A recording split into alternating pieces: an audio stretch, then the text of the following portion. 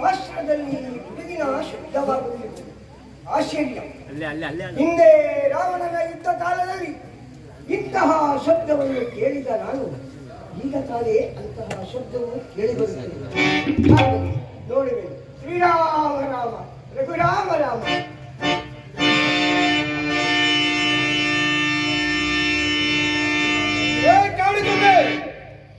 ದಾರಿಯನ್ನು ಬಿಡುವನಾಗೋ. ಮಹಾವೀರ, ನೀವು ಯಾರು? ನಿನ್ನ ಪುರಾಣವು ನನಗೆ ಬೇಕಾಗಿಲ್ಲ. ಮರಗಳಲ್ಲಿ ಕಾಯಗಳನ್ನು ತಿಂದು ಜೀವಿಸುವ ನೀನು ನಮ್ಮಂತಹ ವೀರಾಗ್ರಣಿಗಳ ಸಮಾಚಾರ ನಿನಗೆ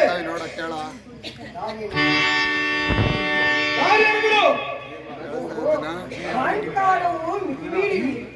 ಹಾಗಲಿ ಮಹಾವೀರ, ನೀನು ದೇವೇಂದ್ರ ಅಥವಾ ಯಕ್ಷ ಕಿನ್ನರ ಕಿಂಪುರುಷರು ಹೇಳು, ಕೇಳಿ ಸಂತೋಷ ಪಡುವೆನು. ನಿನ್ನ ಪರಿಪುರಾಣವು ನನಗೆ ಬೇಕಾಗಿಲ್ಲ. ಉದಿಗೋಗ ಅಡ್ಡಲಾಗಿ ಕುಳಿತಿರುವೆಯೋ? ದಾರಿಯನ್ನು ಬಿಡುವೆಯೋ? ಅಥವಾ ಈ ನನ್ನ ಗದಾದಂಡದಿಂದ ಯಮಪುರಿಗೆ ಸೇರಿಸಿ ಬಿಡಲು? ರಾಮ ರಾಮ, ಯಮಪುರಿಗೆ ನನ್ನನ್ನೇ ಕಳಿಸಿ ಬಿಡುವೆಯಾ? ಹಾಗಲಿ ಮೂಢ, ಬಾಯಿಗೆ ಬಂದಾಗೆ ಬರುವೆಯ. ನಿನಗೆ ಅಷ್ಟೊಂದು ಶಕ್ತಿ ಇದ್ದರೆ ಈ ನನ್ನ ಬಾಲವನ್ನು ಎತ್ತಿ ಪಕ್ಕಕ್ಕೆ ಇಡು, ನೋಡೋಣ. ಏಕೆಂದರೆ ನಾನು ವೃದ್ಧನು, ನಿನ್ನೊಡನೆ ಕಾದಾಡಲು ನನಗೆ ಶಕ್ತಿ ಇಲ್ಲ. ನೀನು ಪರಾಕ್ರಮಿಯು, ನಡೆಯಲೇ ನಿನ್ನ ಪರಾಕ್ರಮ.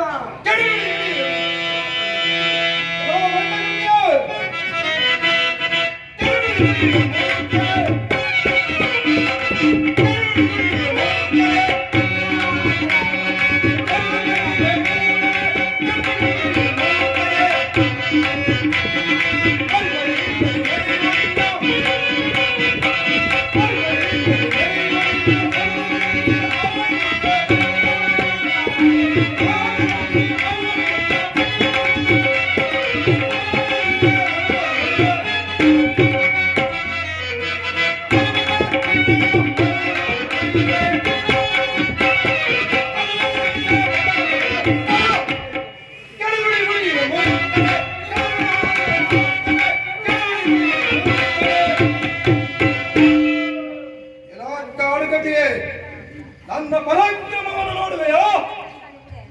ನಿನ್ನ ಬಾಲವನ್ನು ಕಿತ್ತು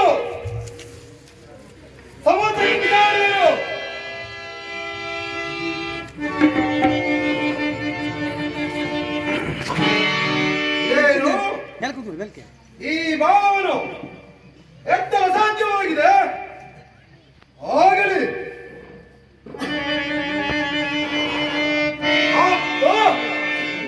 ಉದ್ದವಾಗಿ ಬೆಳೆಯುತ್ತಿರುವುದಲ್ಲ. ಎಲ್ಲೋ ಮಂಡಕಪಿಯೇ, ಇದು ಪರಾಕ್ರಮ ಏನಾಯಿತು? ಈ ಬಾಲವನ್ನು ಎತ್ತಲು ಸಾಧ್ಯವಾಗಿದೆ. ಆಗಲಿ ಈ ನನ್ನ ಗದೆಯಿಂದ ಬಿಡಿದು ಚೂರು ಚೂರು ಮಾಡಿ ಬಿಡುವೆನು. ಶ್ರೀರಾಮ ರಾಮ ರಾಮ ರಾಮ ಶ್ರೀರಾಮ ರಾಮ. ನನ್ನ ಪರಾಕ್ರಮ ಏನಾಯಿತು? ಈ ಬಾಲವನ್ನು ಅಲಗಿಸಲು ಅಸಾಧ್ಯವಾಗಿದೆ. ಈ ಕಾಡು ಕಪಿಯನ್ನು ಕೆಳಗಿ ಪರಾಜಿತನಾದನಲ್ಲ. ನನಗೆಂತಹ ಅಪಮಾನ! ಈ ಧರೆಯಲ್ಲಿ ಇದ್ದರೇನು, ಮೃತಪಟ್ಟರೇನು?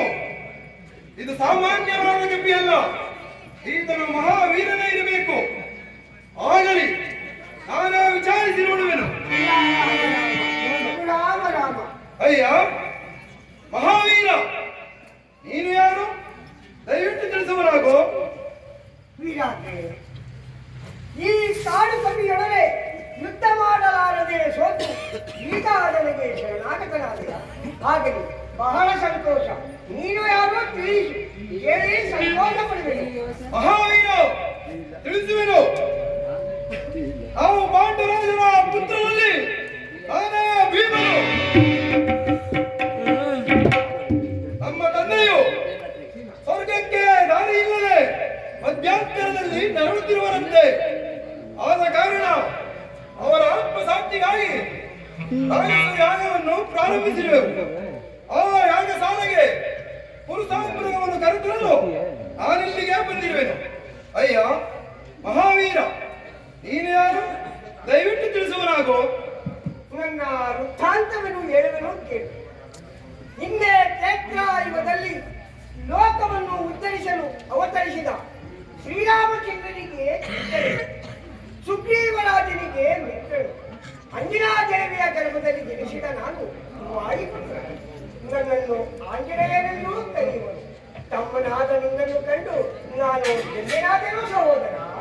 ಅಗ್ರಜ, ತಿಳಿಯದೆ ದುಡುಕಿ ಮಾತನಾಡಿದ ನನ್ನ ಅಪರಾಧವನ್ನು ಮನ್ನಿಸು.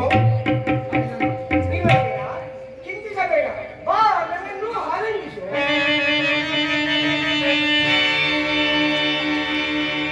ಶ್ರೀರಾಮನು ಶ್ರೀಕೃಷ್ಣ ಮೂರ್ತಿಯಾಗಿ ಅವತರಿಸಿದ ಶ್ರೀರಾಮಚಂದ್ರನು ಕುಶಲದಿಂದಿರುವರೆ ಆ ಮಹಾನುಭಾವನಿಗೆ ಸೇವೆಯನ್ನು ಸಲ್ಲಿಸುವ ನೀವೇ ಧನ್ಯರು. ಅಗ್ರಜ, ಧರ್ಮಪುತ್ರನಂತೆ ಹಿರಿಯನು, ಮಾರುತನಂತೆ ಪೂಜ್ಯನು. ಹೀಗಿರುವಾಗ ನಾನೇ ಧನ್ಯನು. ಅಗ್ರಜ, ನನ್ನದೊಂದು ಪ್ರಾರ್ಥನೆ. ಹಿಂದೆ ನೀವು ಆ ರಾವಣನ ಲಂಕೆಗೆ ಬೆಂಕಿ ಹಚ್ಚಿ ಪಟ್ಟಣವನ್ನು ಧ್ವಂಸ ಮಾಡಿ ಸಮುದ್ರವನ್ನು ಆಳಿಕೊಂಡು ನಿಮ್ಮ ವಿಶ್ವರೂಪವನ್ನೊಮ್ಮೆ ನೋಡಬೇಕೆಂದು ಆಸೆಯಾಗಿರುವುದು. ದಯಮಾಡಿ ನಿಮ್ಮ ವಿಶ್ವರೂಪವನ್ನೊಮ್ಮೆ ತೋರಿಸಿ. ಸಹೋದರ, ಇದು ದ್ವಾಪರಾಯುಗ. ಈ ಯುಗದಲ್ಲಿ ನನ್ನ ಶಕ್ತಿಯು ಕುಂದಿ ಹೋಗಿದೆ. ಹೀಗಿರುವಾಗ ನನ್ನ ವಿಶ್ವರೂಪವನ್ನು ತೋರಿಸಲು ಹೇಗೆ ಸಾಧ್ಯ ಸಹೋದರ? ಅಗ್ರಜ, ಏನಾದರೂ ಆಗಲಿ